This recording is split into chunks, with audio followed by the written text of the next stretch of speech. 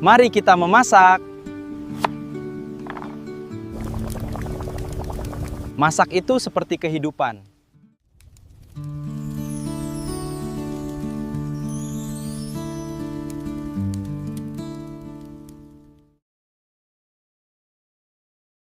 Salam saudara-saudaraku terkasih di dalam Tuhan kita Yesus Kristus. Pada sore yang indah ini, kita akan belajar kebenaran firman Tuhan yang kita ambil di dalam 1 Yakobus 1 ayat 2.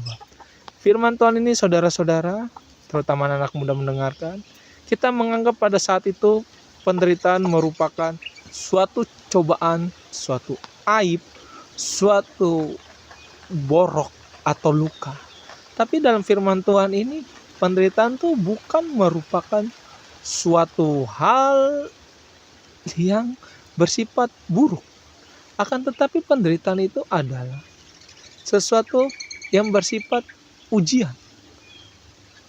Proses naik level. Saudara-saudara terkasih dalam Tuhan, kalau kita baca di Yakobus 2, anggaplah ini menjadi suatu kebahagiaan. Kok bisa firman Tuhan mengatakan suatu kebahagiaan? Padahal penderitaan itu merupakan suatu aib. Kita yang tadi sebutkan di awal. Orang dunia menganggap bahwa penderitaan ini adalah borok, suatu luka, suatu orang yang seharusnya ditertawakan. Tetapi justru kebalikannya firman Tuhan. Kalau kita baca, maka Yakobus ini menguatkan iman bahwa Yesus saja harus menderita di atas kayu salib untuk menebus dosa kita semua. Anggap maka dalam 1 Yakobus ayat 2 ini, penderitaan adalah suatu bumbu sedap, bumbu rahasia. Makanya firman Tuhan ini kita ambil bahwa penderitaan adalah bumbu rahasia. Bumbu rahasia apa? Supaya rasa makanan itu menjadi enak. Begitu juga dengan penderitaan. Penderitaan itu merupakan proses kita untuk naik level, menjadi naik yang lebih lagi. Makanya dalam firman Tuhan 1 Yakobus sangat bahagia. Jadi kalau kita mengalami penderitaan, entah dihina sebagai anak haram, anak dibuang, anak telantar, anak tidak punya masa depan, jangan takut, jangan khawatir. Bahwa firman Tuhan selalu dikatakan bahwa penderitaan adalah suatu ujian. Menghasilkan apa? Iman yang kuat, ketekunan. Dari ketekunan merupakan ada hasil, ada buahnya. Yang pada akhirnya apa? Kita sendiri yang menikmati penderitaan. Bahwa di luar sana sering mengatakan manusia hidup tanpa proses adalah manusia yang tidak berguna. Kalau kita tidak mengalami penderitaan, tidak menghadapi penderitaan, kita tidak akan mendapat pengalaman. Misalnya, berapa kali kita banyak dengar seorang penemu, bahkan ada penemu lampu pada saat itu siapa? James Watt atau siapa? Saudara-saudara bisa baca. Dia sampai 1000 kali percobaan baru dia bisa menemukan lampu yang kita lihat saat ini. Dan juga banyak sekali ilmuwan-ilmuwan di luar sana, pendiri-pendiri orang-orang terbesar di dunia. Banyak sekali mereka mengatakan bahwa mereka harus melewati penderitaan itu. Apa? Dihina, diolok. Mana mungkin penemuanmu bisa menghasilkan dampak yang besar bagi umat manusia.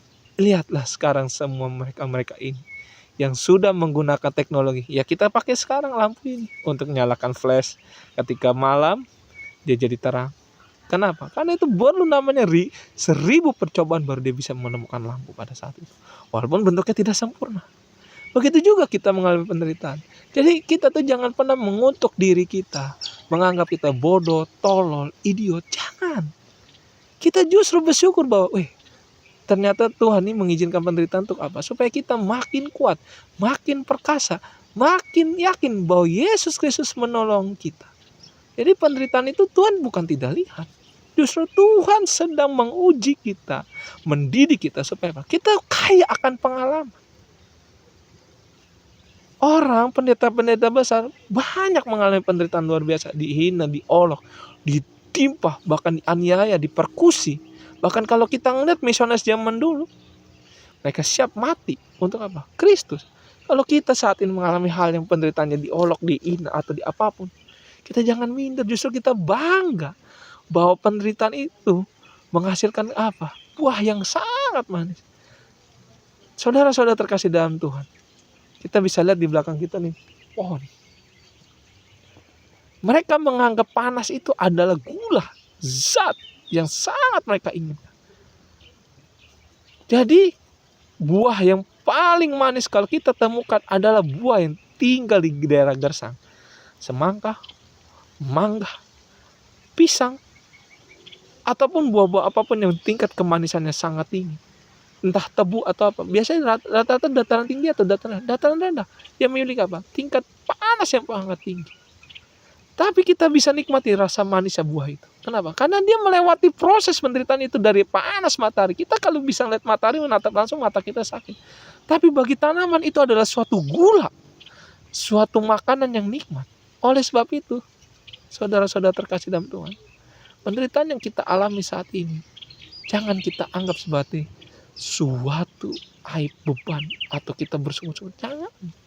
Terutama anak-anak muda yang saat ini sedang mengalami namanya masa-masa pertumbuhan menuju dewasa. Memang ada hinaan, olokan, kita punya cita-cita dihambat, dibilang bodoh, apapun. Jangan. Kita justru anggap itu sebagai booster kita, sebagai bumbu penyedap kita, supaya apa? Rasakan masakan itu menjadi enak, supaya apa? Jadi semangat.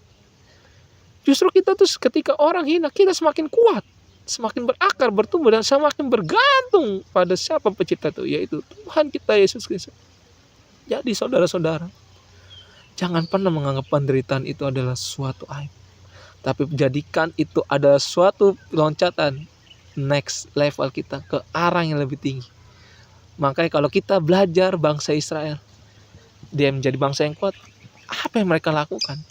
Mereka menjadi budak selama ribuan tahun. Budak di Israel, budak kerajaan Babelonia. Bahkan ketika diinvasi kerajaan Roma, lihat sekarang.